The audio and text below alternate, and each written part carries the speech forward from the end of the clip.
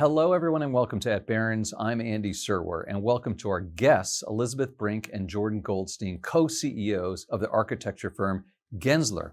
Welcome. Great to see you guys. Thanks for having us, Andy. Great to be here. Jordan, I want to start off with you and ask you to give us the 101 about Gensler.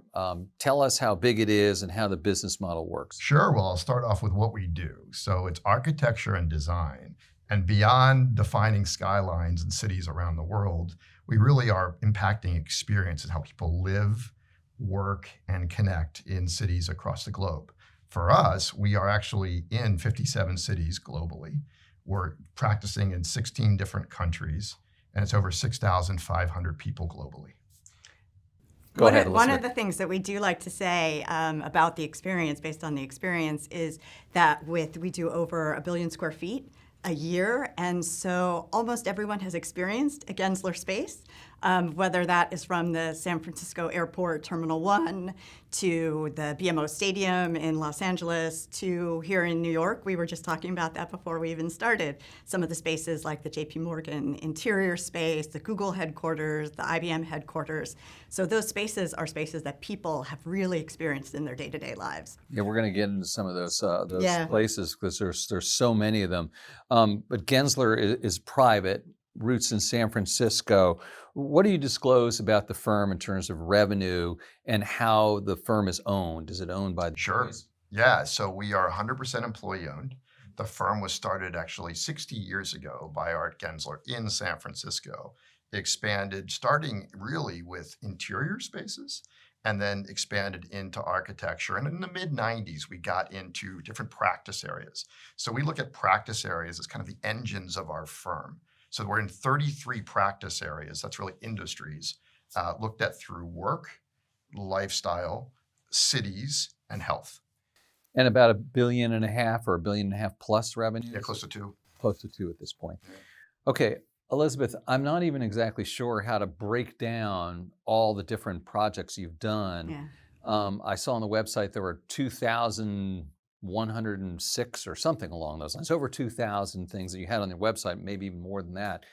How do you look at the business then in terms of geographies and different types of projects? Right. So as Jordan alluded to, we really look at it through the types of practices and the types of expertise that we bring to a project, as well as geographies. So again, it's through the work sector, through the health sector, through the lifestyle sector, and through the city sector.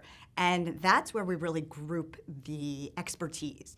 And that expertise can blend across different geographies. We also are very connected into the cities where we're located. So we have 56 offices, and they are, again, very connected to the local market and understanding what the local market needs. And so across that matrix, we're able to connect the expertise with what's going on in a local market. One of the keys to how we do that is every Monday, literally every Monday, we are getting leaders from every market and every practice on the phone together, and we're talking about opportunities and making sure that we're connecting globally. So the firm is incredibly matrixed globally, and communication is the key to that. Yeah, I would add one of the secret sauce elements for us is that highly networked organization.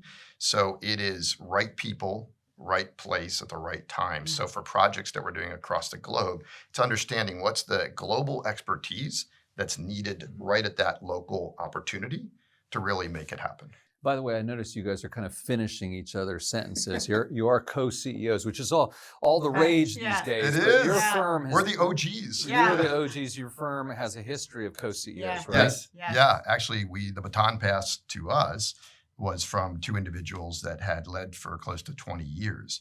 So we're really kind of like the generation 3.0 of the company. But the co-CEO model is really embedded in the organization. There's over 300 co-leaders at different levels. So it's not just at the top. Yeah, and both of us have been co-leaders throughout our career with others, and it really speaks to not just a co-leadership model, but a truly collaborative model across the firm. So all of our projects are really collaboratively led, and all of our teams are collaborative teams. It's a big part of the design ethos that has become a really important part of our culture as well.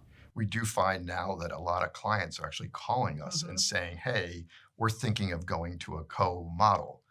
You guys have been doing it for so long.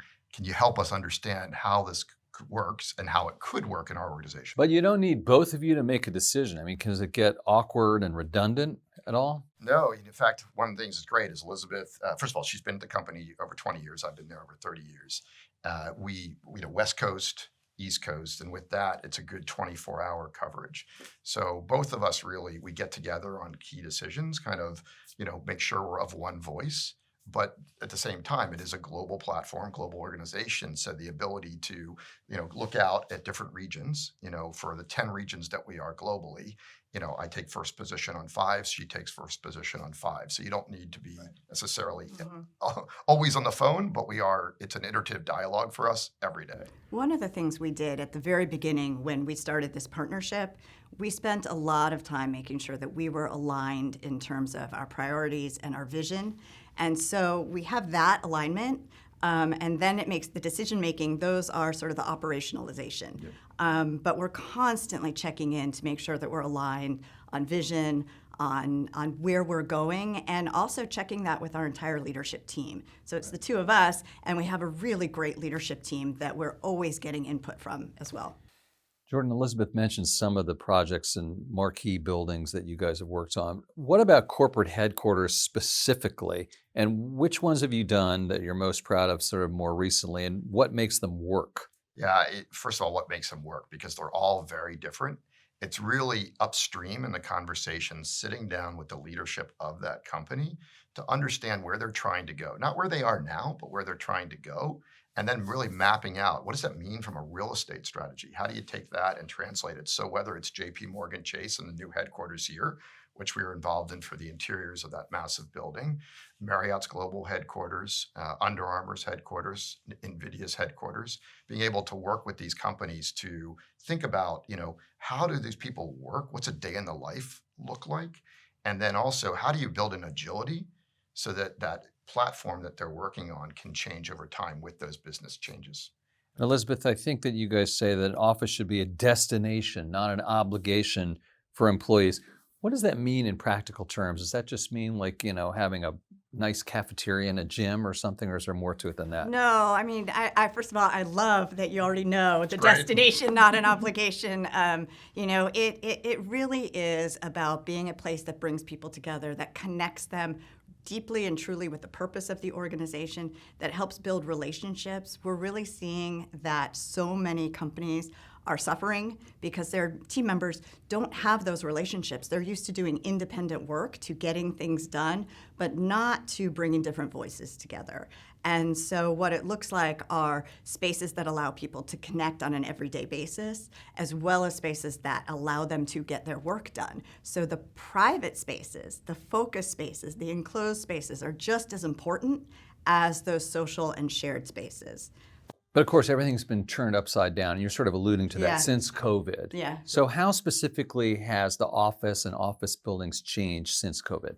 Yeah, so really interesting. The offices themselves have really learned a lot from what we've done in COVID. So it is much more hospitality focused, much more residential feel, much more human centered, realizing that people like those kinds of spaces, comfort spaces, spaces to take a break, to take a mental break.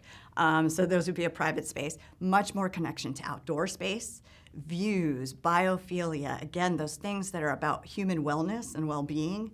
Really brought into the space, even more so than just places, to plug into your computer.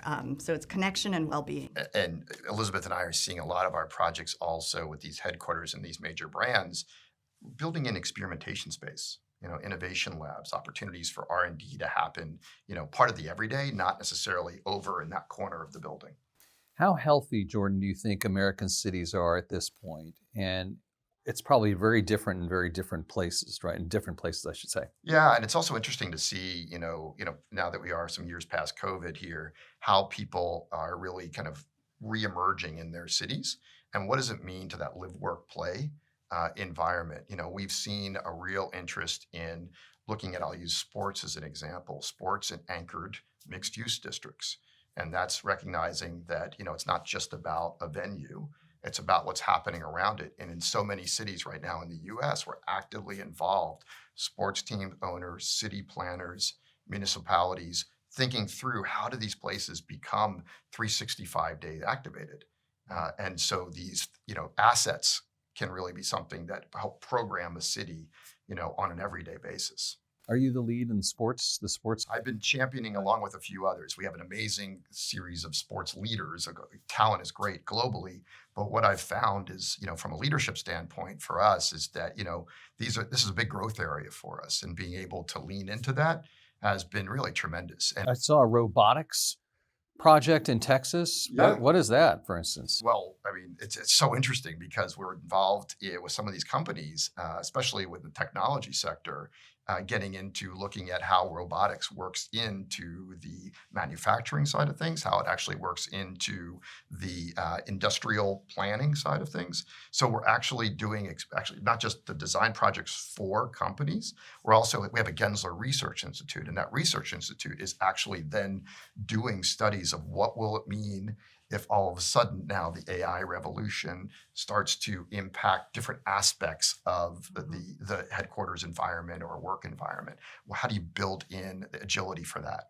Right. Elizabeth, I want to ask you about, first of all, do you have conversations with CEOs directly, like a Jensen Huang, when you're building NVIDIA's campus with the Marriott folks? Does that come into play? Absolutely. That, as Jordan was alluding to, the best headquarters projects, the best workplace projects are going to be really aligned with the organization's vision and with who they want to be. We talk about there's no one silver bullet. That is what every organization should do. It's very bespoke and very particular so that each company can use their space as a tool. Just like technology is a tool, their space is even more of a tool. And so it comes from CEO vision, it comes from business leaders' vision, it comes from really understanding where they're trying to take the company. So whether it is Nvidia or Under Armour, another one, Jordan likes to tell the story as he was really hands-on involved in that, of the CEO talking about being a high-performance company, and therefore the space and the place had to be a high-performance space. And what does that mean to really drive that level of performance through an organization? So it became a very sustainable, energy-efficient kind of building because it was the building version of what they're asking their athletes to do. So really incredible to be able to use space to be such a touchstone for the culture and the vision and the values and the purpose of a company, particularly the headquarters. It's really transformative when a CEO... Was that Kevin Plank, by the way? Kevin Plank was heavily involved in the planning of, in the Under Armour headquarters. And it's actually one of our most sustainable buildings that we've done recently, inside and out.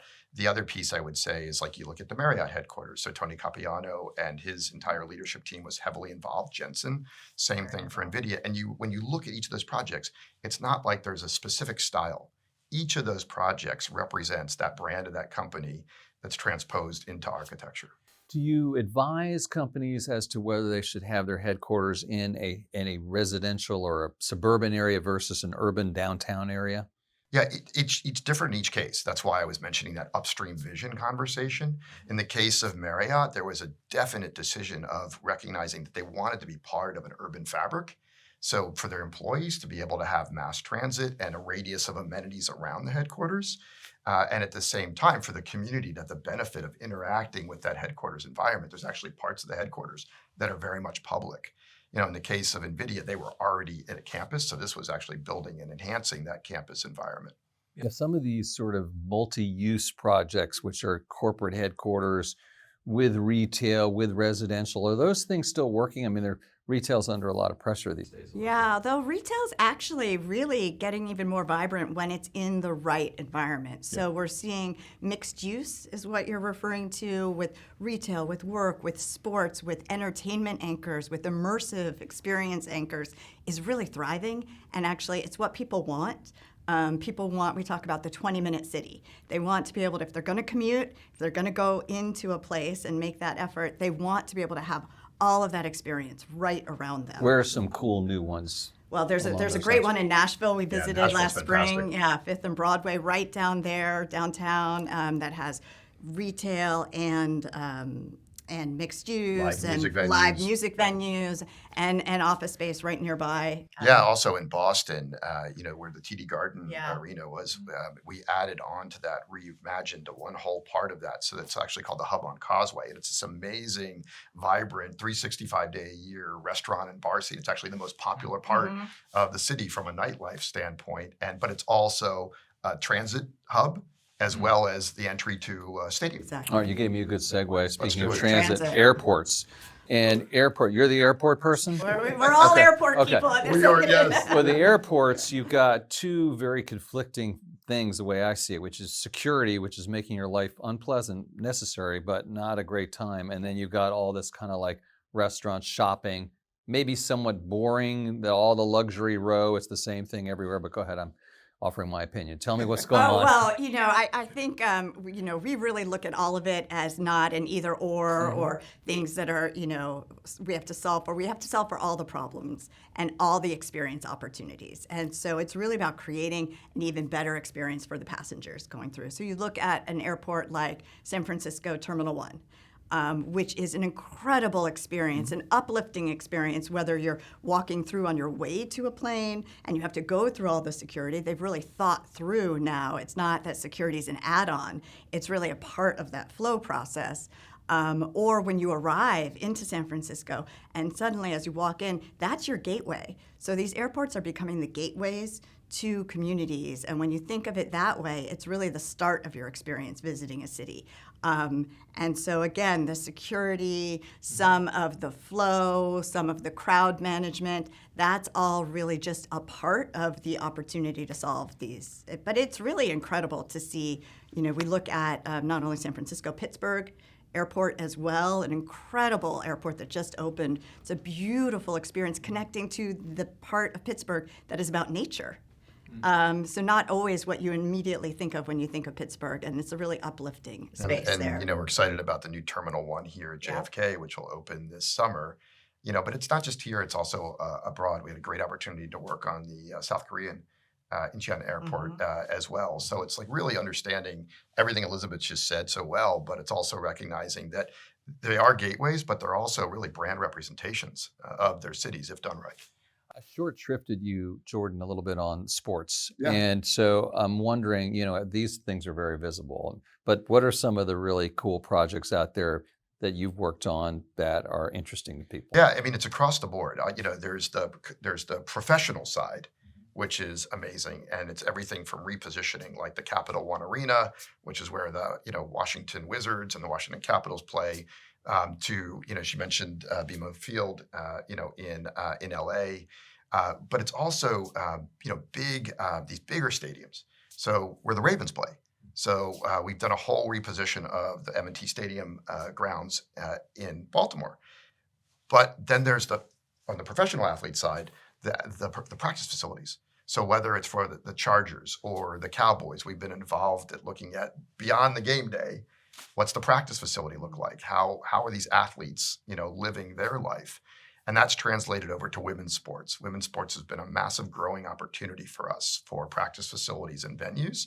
And then in the collegiate space. The collegiate space is one of the fastest growing markets. A lot of these universities recognizing in the world of NIL, the game's changed and venues actually matter. And these practice facilities are sending a message that plus what the game day experience is to those prospective athletes, whether it's not just the money, what university they're choosing. It certainly has changed. I want to ask you about the business itself, Elizabeth. Is it going well? How competitive is it? I mean, my understanding is that, AI maybe is encroaching on the work of architects. How's that affecting your business, your P&L, your bottom line, et cetera?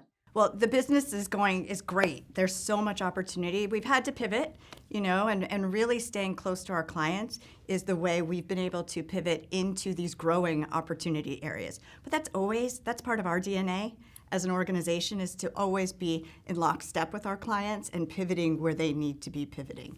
AI we see as an incredible opportunity, to be honest. It's a way that we can amplify our creative leadership, amplify the ability to have our teams be having different kinds of conversations even earlier in the process with our clients. We've been really leaning in and investing in that. and teaching our teams and showing them and learning from them, frankly, how to be able to use these tools to bring that conversation to a next level. Our clients are incredibly interested in that, and we've been able to amplify our storytelling much earlier in the process, iterate different design opportunities much earlier in the process, and really bring people along rather than seeing it as any sort of a threat. We really see it as an opportunity for our design teams. Yeah, we made a conscious investment 3 years ago to really go proactive in AI, and we actually hired a lot of design technologists, and we started writing our own interfaces. So we actually adapted, an AI interface for our use. And then the other piece of that is great to have the tools. The toolbox clearly has changed. Is how do you educate people in the organization on the benefits so that they see it as human plus rather than taking the role of. And that's been huge. We've actually managed to be able, for instance, we actually had new technology we introduced just a few weeks ago. And in a 48-hour period, we trained over 2,000 people. And final question, you guys. I don't know if you saw the climber, Alex Honnold, climbing that tower in Taipei. What did you think of that? Is that something you like to see on your buildings? And would you ever consider building a building where that was encouraged? We actually saw it several years ago. So one of our great But projects, not this specific one. No, it was actually our Shanghai Tower project, second tallest building in the world, that there were two climbers that actually went all the way to the top, filmed everything, had over 45 million views. So, definitely been there. Right. It is pretty amazing when you see someone do that. Definitely would not see either of us doing that, but, hats off to them for doing it. Yeah, I mean, we talk about the human experience and the human experience engaging with the built environment and our buildings. It can be from the inside out and apparently from the outside in. Would you ever consider actually including that in the construction?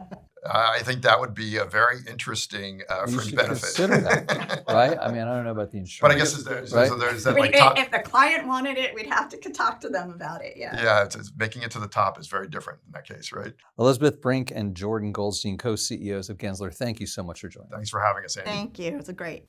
This is at Barrons. I'm Andy Serwer. We'll catch you next time.